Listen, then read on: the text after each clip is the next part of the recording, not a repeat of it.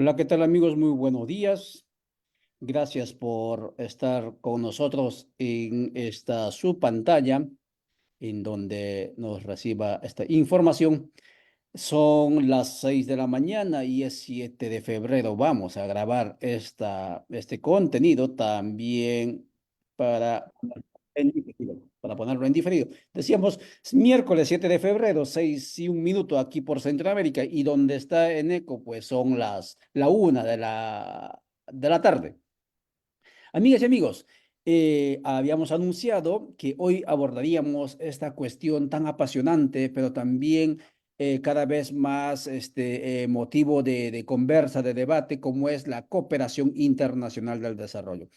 La humanidad, usted y yo, somos producto y parte del encuentro, de la cooperación, de la solidaridad, de esto, de la interacción, eh, pero no necesariamente la humanidad es producto del desarrollo. Y en ese sentido, nosotros somos subdesarrollados porque hubo un momento en que Harry Truman, un presidente de los Estados Unidos, allá cuando 1949 transcurría después de la Segunda Guerra Mundial, dijo, nosotros somos desarrollados y ustedes, el resto del mundo, si quiere ser desarrollado como nosotros, progresista, tiene que avanzar. Ustedes son subdesarrollados, nos dijo.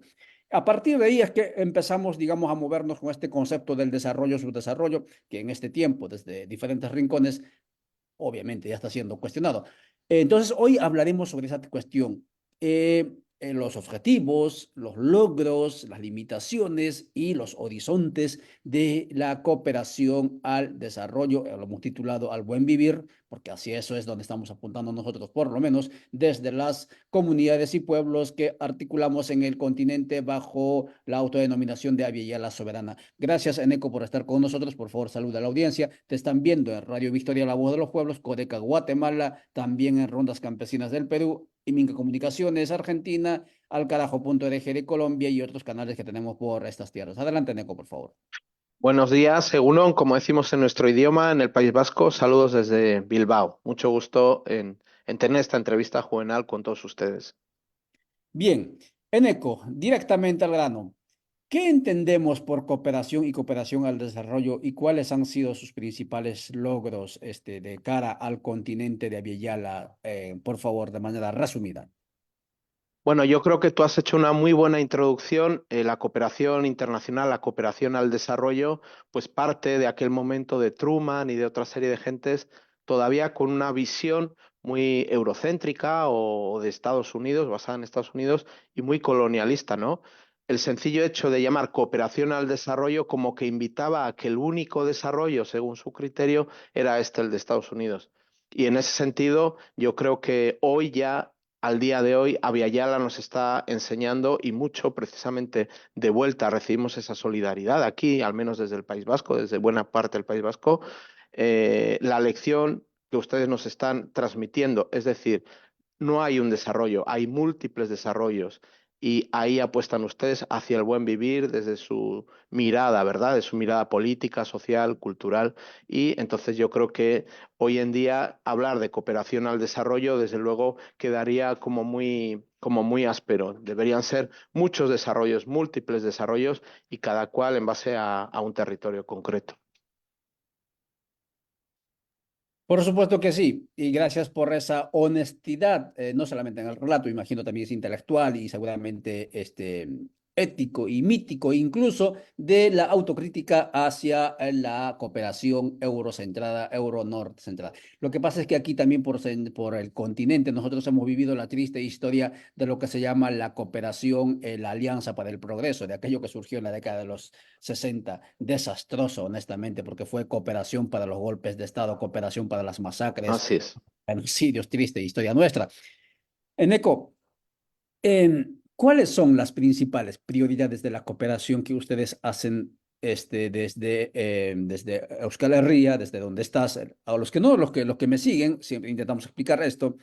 Terminologías que para nuestra audiencia de este lado, por producto del colonialismo, no es común. Euskal Herria se denomina al país, al pueblo originario, que denominamos también vasco, que está en la parte, digamos, norte al sur de Francia, partido en dos repúblicas, Francia y alguno más del y España. Ese es el País Vasco. Entonces, Euskal Herria es ese. Entonces, desde Euskal Herria, ¿cuáles son las prioridades de la cooperación y por qué lo determinan así, estimado Nico? Pues aquí también todavía bebemos de esas mismas fuentes de Truman que comentabas antes, anteriormente, y todavía en nuestra institucionalidad también, la institucionalidad de Euskal Herria, siguen dominando desafortunadamente todas estas ideas neocoloniales, queriendo a veces y sin querer otras veces. Queriendo porque los planes actuales de cooperación de muchas instituciones aquí del País Vasco, de Euskal Herria en general, priman, entre otras cuestiones, la empresa privada. Estamos en un momento en el que la empresa privada empieza a jugar o quiere empezar a jugar un papel en el ámbito de la cooperación, un papel, por un lado, para blanquearse, entre comillas, de cara a la sociedad, en este caso vasca. Con esto no quiere decir que toda empresa privada sea mala, pero sí que hay un peligro porque algunas de estas empresas, y bien conocidas son, están también de alguna forma ayudando al extractivismo, al desplazamiento de pueblos. Lo estamos viendo en Palestina en estos momentos, con empresas vascas que apoyan de alguna forma el colonialismo porque están ayudando a construir el tranvía que une Jerusalén a las colonias israelíes. Pero si nos vamos a Viayala, este concepto también, lo tengo que decir, lo estamos incorporando dentro de nuestro mundo de la cooperación aquí. Hasta ahora para nosotros era América Latina, pero ¿qué América era? ¿Pero qué Latina? Entonces, gracias a ustedes también estamos incorporando el concepto de Aviala y Buen Vivir. Lo que quería decir es que la cooperación hoy en día vasca vive en esta tensión, vive entre una tensión de la mayoría de las instituciones que la consideran algo vertical, de arriba abajo, y donde una serie de actores pueden intervenir en un territorio determinado con unas metas prefiguradas, frente a una cooperación que desde un ámbito amplio de organizaciones vascas, entre las cuales me encuentro, consideramos que debe ser emancipatorio para los pueblos de Abya y que reúne una serie de características y que desde luego debe ser de acompañamiento, nunca de imposición. Estamos intentando deconstruirnos internamente en las organizaciones para quitarnos todo lo que podamos tener, aunque bien es difícil todavía, de lo colonial, ¿no? Entonces, en eso estamos teniendo como serias divergencias con la institucionalidad vasca que apoya la cooperación. Es una cooperación muy rígida, es una cooperación que no tiene en cuenta las dinámicas de distintos territorios, que no tiene en cuenta las dinámicas diferentes culturales de los distintos pueblos. Es una dinámica pensada muy desde el pensamiento cartesiano, esa lógica de medir objetivos, cuantificarlos desde una óptica muy europea. Todavía es esa la cooperación que desafortunadamente seguimos arrastrando. Que también nos imponen los financiadores, nos imponen las instituciones. Como somos organizaciones que desafortunadamente en gran parte dependemos de fondos públicos a los cuales concurrimos para poder tener proyectos para acompañar los procesos de Avia Yala, pues a veces se nos crean tensiones entre lo que queremos hacer en base a las demandas de los distintos territorios de Abya y los resultados que debemos hacer ver ante los financiadores, ante las distintas instituciones que nos apoyan, ¿no? Entonces, estamos en un momento de diálogo, estamos en un momento en el que justamente el día 15 de febrero de este año se aprueba la nueva ley vasca de cooperación y solidaridad, que vemos que no ha avanzado respecto a la anterior y que abre un espacio para la empresa privada para que pueda ser un actor más en la cooperación y sin ningún porcentaje. Entonces, eso realmente, bueno, pues nos inquieta un poco. No obstante, también tenemos propuestas alternativas, otras agendas para que la cooperación pues sea una herramienta más para la emancipación de los pueblos, que es nuestro objetivo.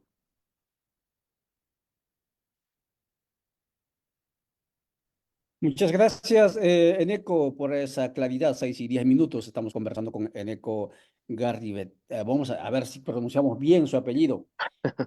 Gerrica Beitia, Correcto. Beitia, de la Organización de Mundo Bat. Es un espacio de cooperación, de solidaridad.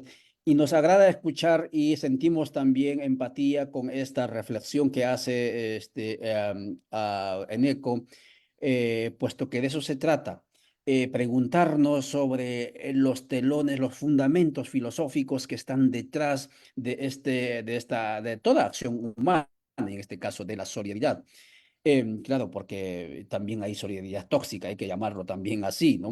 Y Eneco justamente lo que está cuestionando es eso, porque está entrando al tema de cuál es el fundamento, digamos, el pensar filosófico que está detrás de todo eso. Y aquí viene una cuestión que no estaba planteada en la pregunta que te había sugerido entre las tres, pero en este momento vemos con preocupación y con pesar la situación que viven los agricultores grandes y sobre todo pequeños en Europa. Conversando con ellos, escuchando entre líneas, leemos también que la modernidad los empujó en buena medida hacia, digamos así, hacia esa revolución verde, que también a nosotros nos empujó en un determinado momento hacia eso, y todavía estamos en eso. Y entonces esa revolución verde, aquí en este caso con producto de la cooperación, y en buena medida vino con la cooperación norteamericana eso, ha generado grandes desastres ecosistémicos que ha puesto en peligro la propia vida. Y ahora en el caso de Europa, lo mismo también ocurre, pero en el caso de Europa le están diciendo, le vamos a dar ayuda económica si ustedes vuelven a reconstruir, ¿no? Los nichos donde pasan los ríos, si dejan descansar el suelo en un determinado tiempo, ¿no? Dejan los barbechos, etcétera. Eso eran prácticas de nuestros abuelos antes y todavía, alguna en mi caso, por ejemplo, todavía lo hacemos descansar, hacer descansar la tierra, etcétera. Pero la cooperación al desarrollo nos dijo que eso era atraso, que teníamos que exigir a la tierra para que produzca. En ese sentido, Eneco, la cooperación entonces sería como una suerte así de ir detrás de los desastres que ha generado la misma cooperación para intentar resolverlo con lo que ya estaba antes. No sé si me si me explico. Sí, sí, desde luego que te has explicado muy bien, Juvenal. Eh, sí, o sea, nosotros queremos apuntalar una cooperación que sea antisistémica. ¿Por qué antisistémica? Porque vemos que los últimos 4 siglos pues, han conformado un sistema de organización y de regulación social que genera vulnerabilidad de forma estructural, en forma de desgobierno, desigualdad, insostenibilidad. En fin, todo esto se asienta por el modelo capitalista, lo sabemos, y vemos que hay un sistema de dominación múltiple que tiene muchas caras, muchas facetas, y que eso también impacta en las formas de hacer cooperación. Y esta forma, este sistema que atenta contra la reproducción y la sostenibilidad de la vida, genera sus impactos negativos y de alguna forma también el sistema se encarga de, entre comillas, poner unos parches a veces para que se haga ver que con algún tipo determinado de cooperación, pues realmente se están atacando los problemas de nuestras diversas sociedades, pero efectivamente no deja de ser un parche. Entonces, ¿cuál es el problema? Que hay por un lado, se genera una especie de dependencia de fondos públicos que en teoría van para el bienestar de los pueblos, irían hacia ese bien común, así dicho de forma filosófica, pero que luego en la práctica no se sostiene por todas las limitaciones políticas y también administrativas que nos imponen un modelo de cooperación que hace eso, efectivamente, parche del sistema y además generan unas dinámicas bien perversas donde hay mucho funcionariado, mucha gente contratada, por supuesto que es necesario el salario, pero que a veces la propia cooperación, en lugar de ser un medio, se puede convertir en un fin en sí mismo. Entonces, intentamos escapar de eso. Queremos que la cooperación sea solidaridad, una solidaridad que vaya dirigida al bienestar de los pueblos, a Viayala en este caso. Muchas gracias. Estamos conversando con Eneco desde el Mundo Bat, desde el País Vasco, desde lo que llamamos Euskera, que llama Euskal Herria, ese territorio originario, nativo, rebelde, asumió la rebeldía como su ética y como su estética, y por eso también admiramos mucho a este hermano pueblo. Em, Eneco, la otra cuestión, y esto es una autocrítica a las dos orillas. Por un lado, y por los trajines de la vida, y con gratitud lo digo, vivo en un país como Guatemala, por opción, un país donde, producto de sus historias irresueltas, ha vivido una etapa de la cooperativización internacional. Sí, bastante cooperación internacional llegó después de los acuerdos de paz. Esa cooperación internacional aquí en este lado, traducida en ONGs, en buena medida ha convertido o ha desubjetivado, digamos, no digo mal, ha convertido a los movimientos sociales en organizaciones no gubernamentales, ejecutando proyectos, abandonando comunidades organizadas y al final ha desmovilizado. Y luego eso estaba añadido digamos, el principio determinante de toda ONG, y esto tiene que ver mucho con la Carta de las Naciones Unidas, de la cooperación apolítica, es decir, toda ONG que tenía que ejercer las funciones que los Estados-naciones estaban abandonando, ¿no? Tenía que ser apolítica. Y en ese sentido, entonces, ese apolítico significó siempre apostarle al capitalismo, apostarle a partidos políticos de, digamos, conservadores, ¿no? Al emprendedurismo, etcétera. Y entonces la gente nos fuimos quedando en la comodidad, ¿no? Funcionarios, digamos, de esto, de la solidaridad, por un lado. Pero por otro lado, del otro lado de la orilla, también como no se conocía lo que estaba pasando aquí y se hacían los proyectos y las determinaciones del otro lado de la orilla, de las agencias de cooperación, lo que se hacía y lo que se hace es llevarse a lo que llaman líderes, ¿no? A los portavoces, muchas veces mediáticamente construidos, hacia Europa para hacer turismo, digamos, de cooperación, ¿no? Y eso me consta, y lo digo con certeza, porque sí he conocido compañeros y compañeras que han estado en lucha, pateando tierra en las comunidades, pero desde hace 7, 8 años atrás ya andan por algún lugar de Europa, ¿sí? Pero ya nunca más volvieron a las comunidades. ¿Y cuál es el resultado? Por un lado, la comunidad del otro lado de la orilla tiene una falsa imagen de las comunidades de aquí, porque el relato que cuenta ella, y esto lo decimos los indígenas, y soy antropólogo, ¿no? A los antropólogos, los indígenas, les contamos lo que ellos quieren escuchar de los indígenas, ¿no? Y entonces le hacemos aplaudir, ¿no? Y entonces el investigador, en este caso la otra al lado de la orilla, están felices porque están coincidiendo, ¿no? Pero no es lo que corresponde con la realidad. ¿Cuál debe ser nuestra actitud a este lado y al otro lado, estimado Eneco? No sé si me extendí con la pregunta en esta situación difícil. Pues yo diría, Juvenal, que debe ser de rebeldía, rebeldía, pero por ambos lados. Yo creo que hay que superar esta lógica norte-sur y saber que y reconocernos que estamos en un sistema mundial que nos está matando, que está matando cualquier intención de buen vivir, y en ese sentido la actitud de ustedes debe ser de rebeldía frente a nosotros, frente a nuestras organizaciones, plantear con claridad lo que se quiere, plantear que lo que se quiere está definido por sus pueblos y de su forma y a su manera, y en ese sentido si nosotros les queremos acompañar o no en esa medida, pero solamente en un afán de acompañamiento. Yo creo que hay que tener esa visión crítica, hay que huir del eurocentrismo, hay que huir todavía de esa idea del indio manso, que se me perdone la expresión, pero nos vamos a entender si lo digo así. Ustedes son dueños de sus vidas, de sus territorios, y nosotros en esa solidaridad les queremos acompañar, como también queremos que nos acompañen ustedes. Ustedes nos están enseñando desde Abya Yala que otro mundo es posible, que hay un bien común que respetar, que cuidar, que ir hacia un horizonte que supere viejos esquemas políticos y sociales, que hay otras formas de relacionarnos con nuestro medio ambiente, con la tierra, con todos los recursos que nos rodean, que hay otra forma de relacionarnos con nuestros compañeros, compañeras, en fin, con las organizaciones, que hay otra forma de organizarnos también, que es mucho más compleja de lo que aquí se nos vende en Europa y en el País Vasco en concreto. Es decir, yo apelo a una rebeldía. Yo creo que los retos son comunes y la cooperación internacional no puede establecer premisas diferentes según en donde esté, sino que tenemos un enemigo común y cada cual desde su ámbito, desde su territorio, en solidaridad con Abya en este caso, pues podemos combatirlo, intentar combatirlo con rebeldía, con verdadera solidaridad, con verdadero internacionalismo.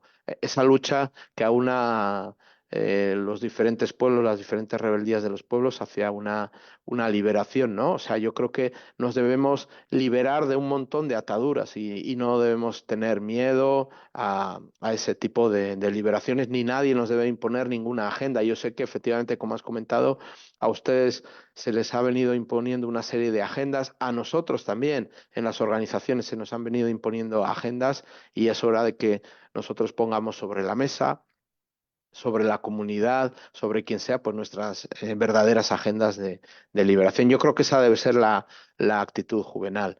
Eh, efectivamente hay desigualdad, lo sabemos, y dominación entre países y regiones y debemos denunciar también esa dominación, sobre todo. Este norte global sigue dominando al sur global, pero es verdad que los problemas cada vez son más globales y entonces ahí nos requiere una solidaridad mancomunada. Por supuesto que sí. Estamos hablando con Eneco y gracias por reconocer también la condición de subalternidad que viven ustedes como pueblo. Y ahora podría atreverme a decir como espacio Unión Europea, no por voluntad de ustedes como pueblo, sino por voluntad tal vez de Bruselas, ahora pues sometido a los intereses, ¿no?, del neoimperialismo militarista norteamericano, ¿no?, que está generando esa situación muy, muy insoportable en ese territorio. Eneco, para ir terminando.